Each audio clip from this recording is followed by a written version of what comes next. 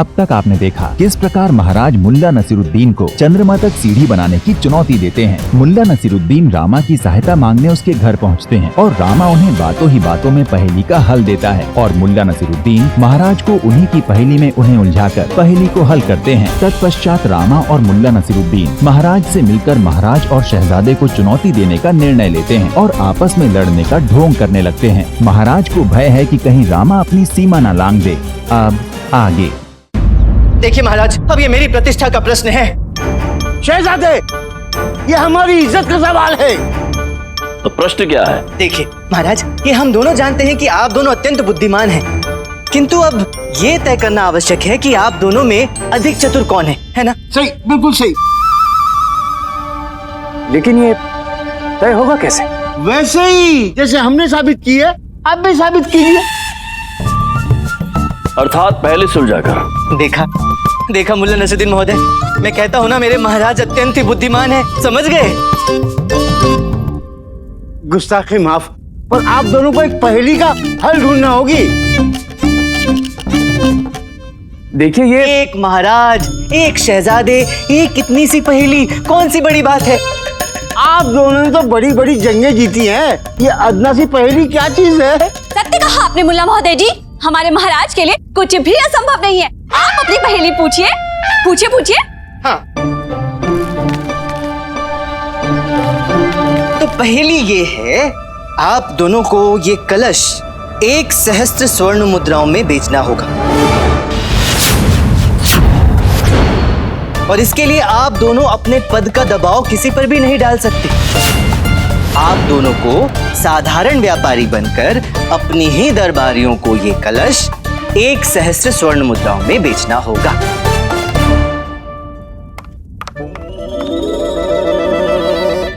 कोई मूर्ख इस साधारण से कलश को 1 सहस्त्र मुद्राओं में क्रय करेगा।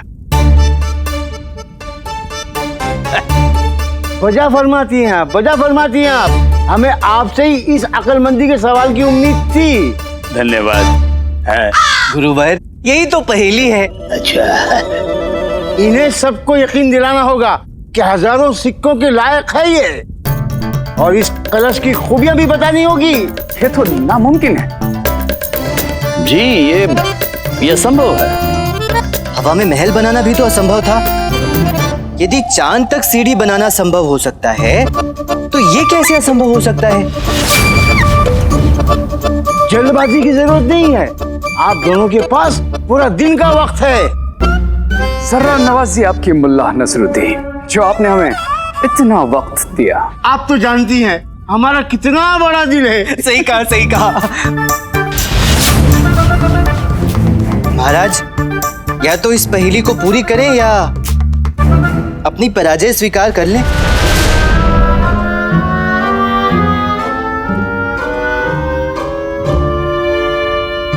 इस साधारण से कलश को सहस्त्र स्वर्ण मुद्राओं में किसको बेचेंगे? उठने की आवश्यकता नहीं है, बैठिए आप। शहजादे साहब,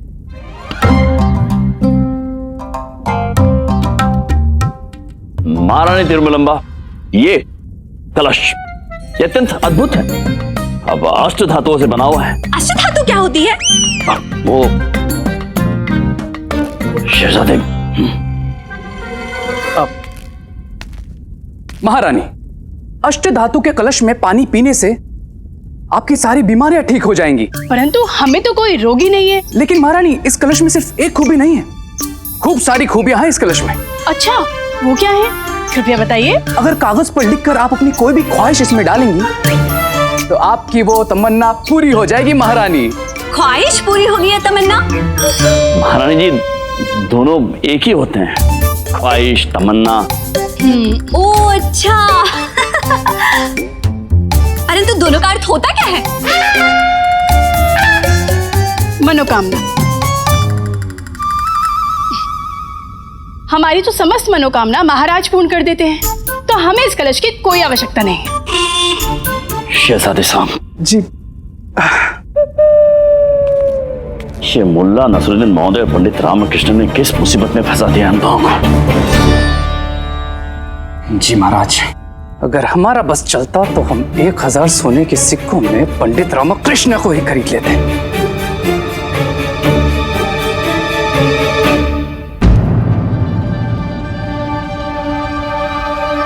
हमें पहेली का हल मिल गया, हमें पहेली का हल मिल गया महाराज।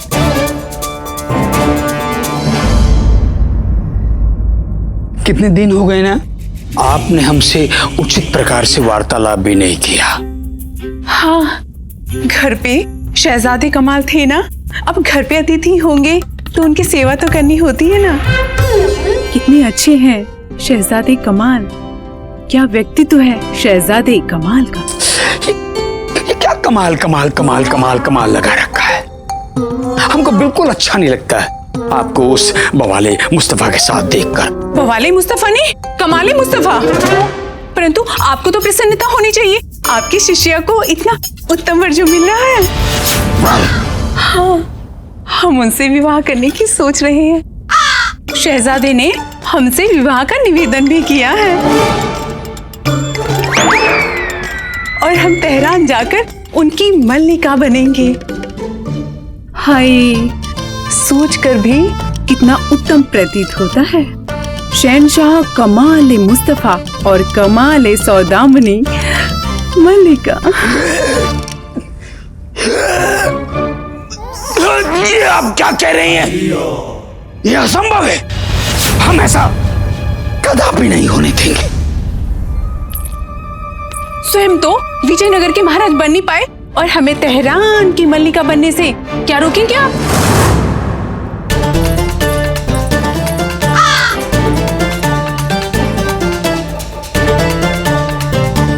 सत्य कहा था गुरु माता ने, आप न घर के रहे न घाट के। सत्य कहना भी पाप हो गया अब तो।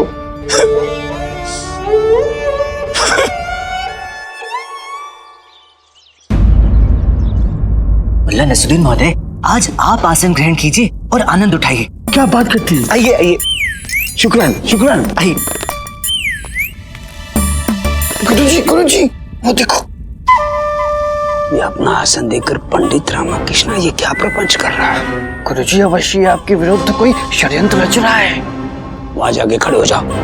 सावधान, महाराज कृष्णदेव राय और शहजादे कमाल मुस्तफा के मध्य कलश बेचने की प्रतियोगिता अब आरंभ होगी। महाराज कृष्णदेव राय की, महाराज कृष्णदेव राय की, महाराज कृष्णदेव राय की।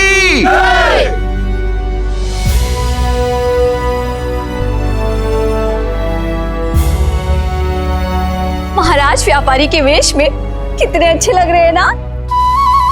नियम अनुसार दोनों प्रतियोगियों को एक एक अवसर प्रदान किया जाएगा। जो भी प्रतियोगी सर्वप्रथम इस कलश को 1 सहस्त्र स्वर्ण मुद्राओं में दरबारियों को बेचेगा, उसे विजयी घोषित कर दिया जाएगा।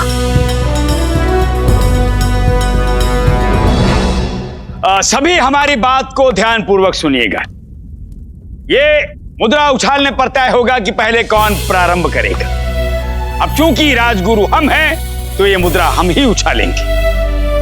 यदि मुद्रा का ये भाग समक्ष होगा तो पहले महाराज प्रारंभ करेंगे, और यदि सिक्के का ये भाग ऊपर आया तो पहले कमाले मुस्तफा प्रारंभ करेंगे। अब हम सिक्का उछालते हैं।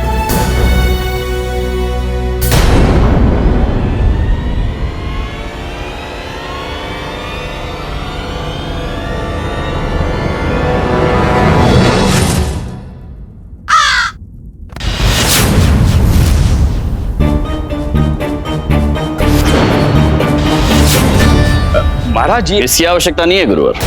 परंतु महाराज, ये निर्णय कैसे होगा कि ये कलश को पहले कौन बेचेगा? ये कलश हम दोनों साथ मिलकर बेचेंगे। जैसी आपकी इच्छा। ये अत्यंत साधारण कलश है, इसकी 1 सहस्त्र मुद्राएं तो कोई नहीं देगा।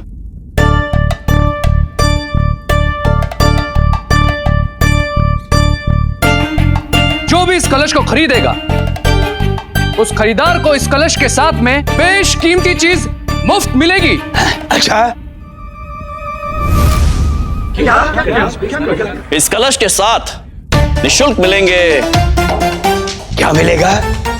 पंडित रामकृष्ण और मुल्ला नसरुद्दीन।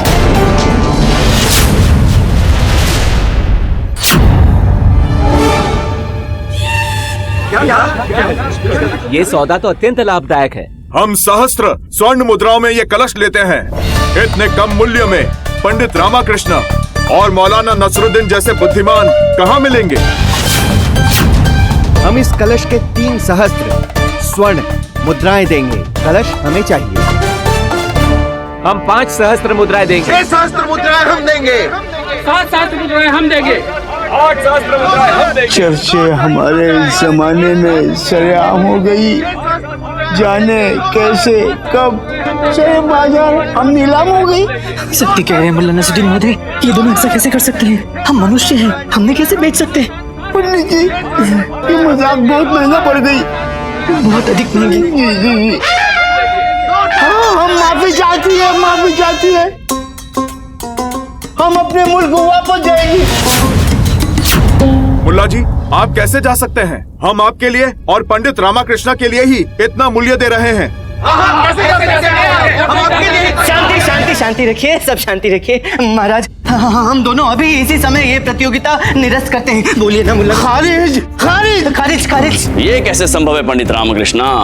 मुल्ला नसरुद्दीन महोदय जी, अभी तो लोगों ने बोलियां लगानी शुरू की है।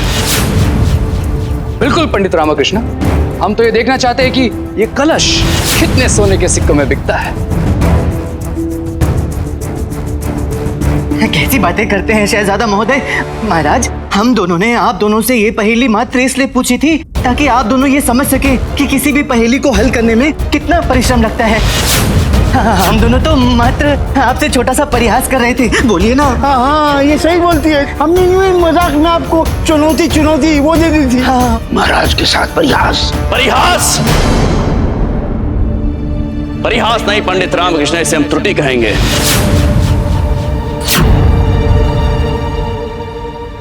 जी तो करता है कि गले तक जमीन में गड़वा कर घोड़े दौड़वा दे। आपने हमसे परिहास किया। चलो एक क्षण के लिए हमने मान भी लिया कि हमने आपको अपना मित्र कहा है। हम राजा है परंतु हमने आपको अपना मित्र कहा है, परंतु ये अतिथि हैं, वो भी विदेश से आए हैं, शहजादे हैं, राजा है कहीं के। इनके साथ परिहास करने के विषय में आपने विचार भी कैसे कर लिया पंडित रामकृष्ण? सत्य वचन। मुल्ला नसरुद्दीन, आप अब तो ज़हीन है, उम्र दराज है, फिर भी आपने हमारी और महाराज की इज्जत का जरा ख्याल नहीं किया।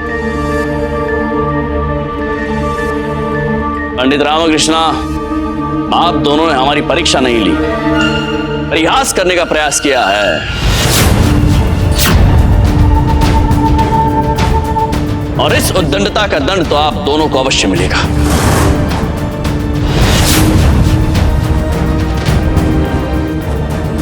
क्षमा चाहते हैं महाराज, परंतु पंडित रामकृष्ण मात्र आपसे ये। महामंत्री जी, हस्तक्षेप नहीं। ये कोई छोटा अपराध नहीं है। ये तो हमने सोचा भी ना था। बहुत शौक था ना महाराज को पहेली सुलझाने के लिए देने का। अब तुम्हारा जीवन उलझ गया है पंडित रामकृष्ण। महाराज, ये अपराध नहीं, ये तो पाप है, घोर पाप है। और इसका दंड इन दोनों को अवश्य मिलना चाहिए। और इस अपराध के लिए मुल्ला नसरुद्दीन महोदय और पंडित रामकृष्ण, आप दोनों को 1 माह के लिए कारावास दिया जाता है। महाराज,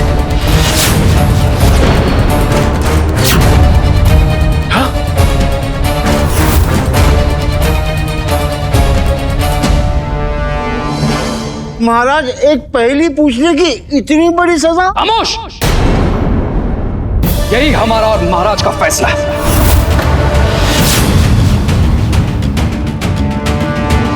हम निर्णय ले चुके हैं, इन्हें शीघ्र अतिशीघ्र बंदी बना लिया जाए और कारावास में डाल दिया जाए।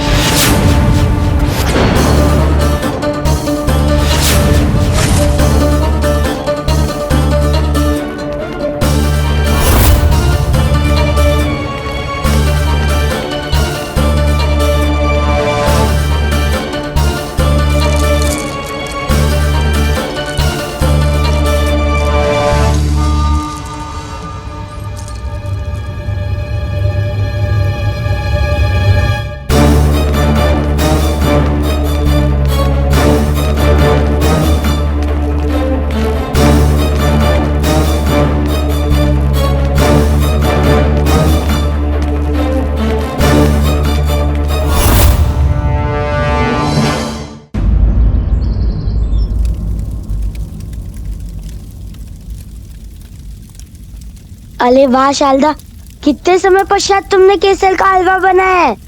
तनिक चख लो। कदापि नहीं, पहले वो चखेंगे उसके पश्चात तुम। आज अचानक अपने पति के लिए इतना प्रेम कहाँ से आ उमड़ पड़ा शारदा? इतने दिनों पश्चात हम घर पुनः लौटे हैं और आते ही महिला मंत्रिमंडल के कार्य में से हमें समय ही नहीं मिला, तो इसलिए हमने सोचा कि आज इनका प्रिय केसर का हलवा बनाएंगे। सही दिया।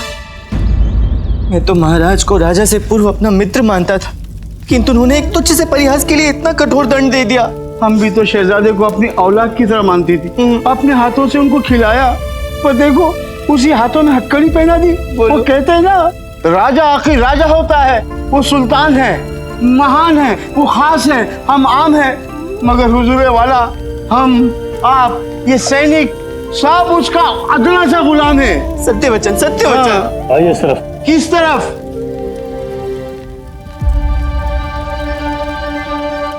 यहाँ नहीं, उस तरफ है। ओ सैनिक महोदय, आप हमें बंदी गृह का भ्रमण कराने लाए हैं क्या? आपको स्मरण भी है कि हमें कौन से कारागृह में ले जाना है? भाई, सजा से पहले चला चला के हमारा दम निकालेगी क्या? हमारी उम्र का तो लिहाज करो। खामोश। मिल गया, मिल गया, यही वो कारागृह है। खजाना मिल गया, मिल गया, मिल गया, मिल गया। महाराज, ये चोर है, इसने सेठ की दुकान से भजिया चुराया है। अरे ये तो वही भजिया चोर है। अनर्थ हो गया, अनर्थ हो गया, गुरुदेव को अनर्थ हो गया, अनर्थ हो गया। गुरुदेव को क्या हुआ? गुरुदेव को महाराज ने कारावास का दंड सुना दिया है। ईश्वर, गुरुदेव का बेचारे को कारावास? गुरु माता, वो बुढ़ा मेरा गुरुदेव नहीं है, मेरे गुरुदेव पंडित रामाकृष्ण हैं, और पंडित रामाकृष्ण जी ने यानी मेरे गुरुदेव ने महाराज से पहले पूछी, महाराज ने उन्हें कारावास का दंड सुना दिया, कारावास भेज दिया। ओह, लामा को कारावास? फिर ठीक है। कारावास ही हुआ है ना, हमें तो लगा पता नहीं क्या घटित हो गया। रामा के भाग का हलवा तो मुझे दे देना, उचित है अम्मा। नहीं, मुझे। नहीं, मुझे अच्छा, अब हम दोनों को ही दे देंगे। हे भगवान, मेरे बापू कारावास में हैं और इन्हें हलवे की पड़ी है। अम्मा जी, मेरे प्रिय गुरुदेव पंडित रामाकृष्ण जी को कारावास हुआ है। उठा लो। क्या उठा ले? जल का कलश उठा लो और पी लो, तुम्हारा चित्त शांत हो जाएगा। कैसा परिवार? अब पंडित रामाकृष्ण जी मेरे प्रिय गुरुदेव को कारावास हुआ है और आप लोगों को कोई चिंता ही नहीं है। तो इसमें नया क्या है? हर समय किसी न किसी नई मुसीबत को स्वयं ही न्योता दे देता है। वो रामा है, 2 दिवस में उन्हें घर वापस लौट आएगा। हाँ, ये तो मैंने सोचा ही नहीं। शारदा, तू थोड़ा हलवा इसको भी दे दे, उचित। थोड़ा सा देना। ला, हम तो चिंता में अपनी सुधाई भूल गए थे, मंगा थोड़ा ज्यादा मंगाना।